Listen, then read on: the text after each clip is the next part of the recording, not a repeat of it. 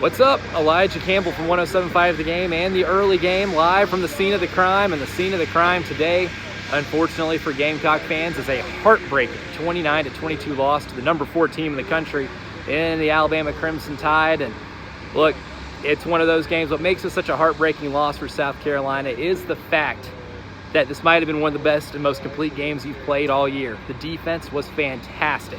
Offense actually moved the ball a little bit. You're able to get the ball in the end zone. Lenoris threw for over 200 yards, ran for about 70, right? I think if you take out some sack yardage, he probably ran close to about 80, 81 yards in this game.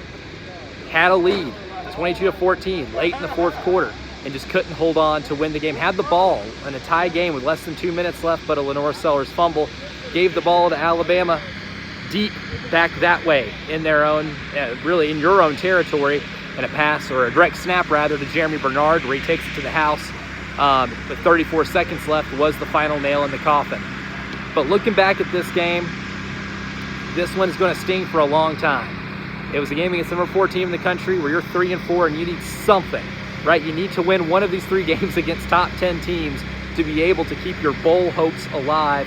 And you're here at home in a crowd that was fantastic. This was one of the best environments I've really got to experience at Willie B since I've been here, right? That fourth quarter was one of the most exciting sandstorms that I think I've been able to experience since I've been on this job and covering this team, but just couldn't be able to hold on. And Shane Beamer in his presser after the game did mention a lot how the theme was not being able to finish, and that's the case, but this team was able to keep themselves in the game. They hung around.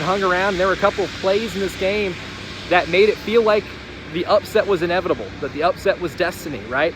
I've been in plenty of arenas, stadiums where an upset happens, and when that upset is brewing, there are a couple things in the game that make you feel like, oh, this is real, this is happening. I think back on not just the scoring plays for South Carolina, but Ty Simpson missing throws. He's been making throws all year. There's a reason he's the favorite to win the Heisman right now. But Alabama quarterback Ty Simpson missed some layups in the passing game. He overthrew some receivers. He had some receivers open and just missed the throws. And then there was that play where Alabama punts and the ball bounces, or South Carolina punts, ball bounces, hits an Alabama player, and Nick Harbor's there to fall on it. And that felt like that could have really changed the tune of this game, and it did for a little bit.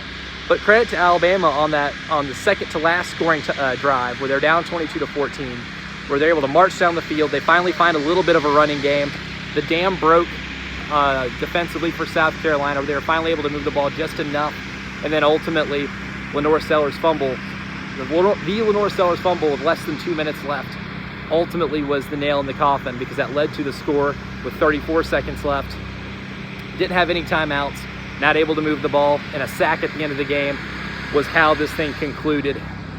Looking back on it, it's incredibly frustrating to lose a game in that manner.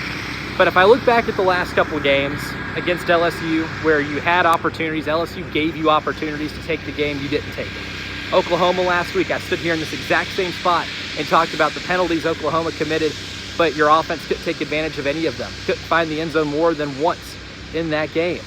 And you didn't take advantage of any of the mishaps the other team gave you. Alabama had their own mishaps.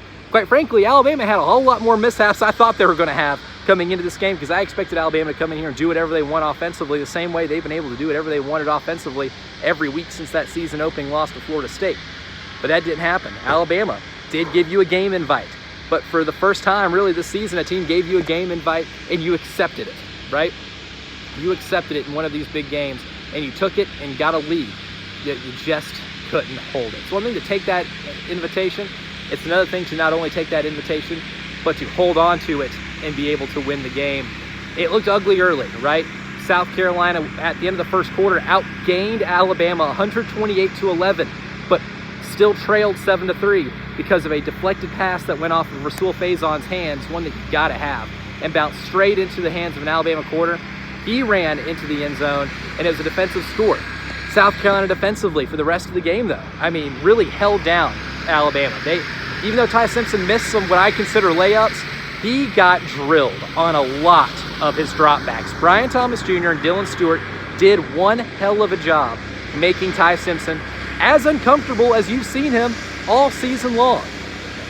And that kept you in the game. Even when your offense was failing to score touchdowns, you had a couple of field goals, but you weren't able to get into the end zone.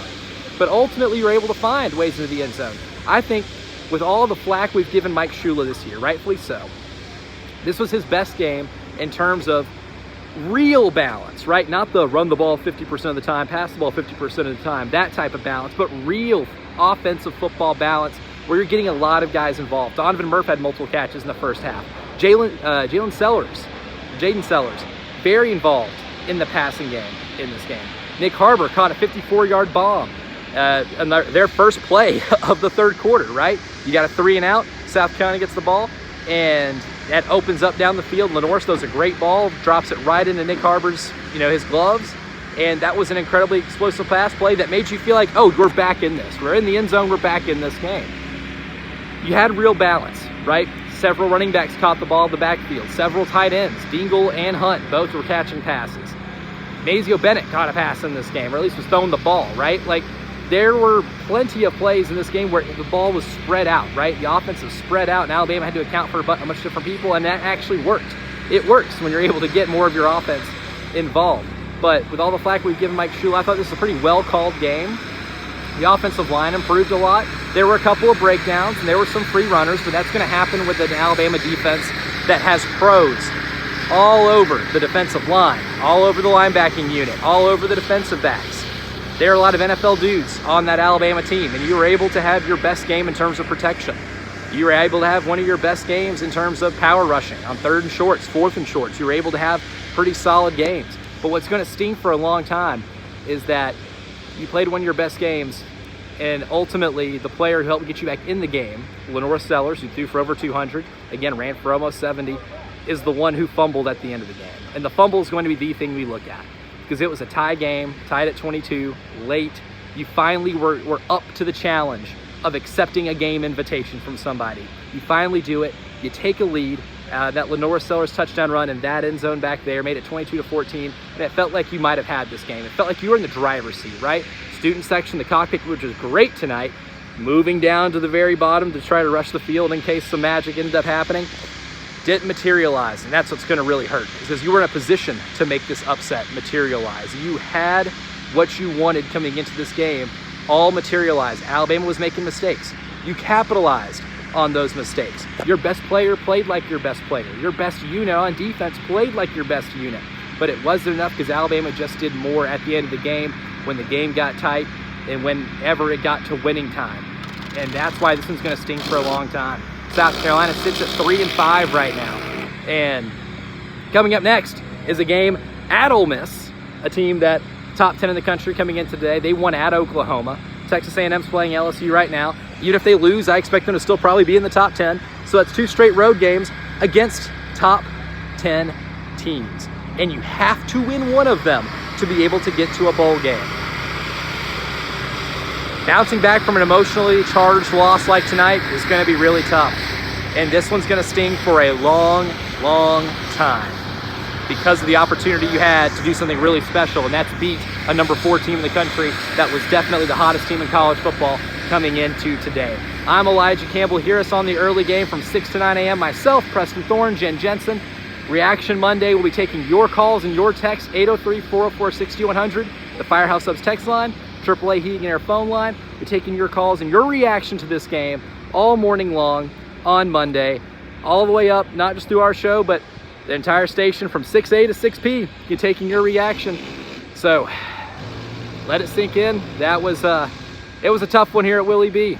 South Carolina played one of their better games. It just was not good enough tonight. Final score, Alabama 29, South Carolina 22. We will talk to you again on Monday morning. Have a good Sunday. We'll break this all down for the rest of the week. We'll see you then.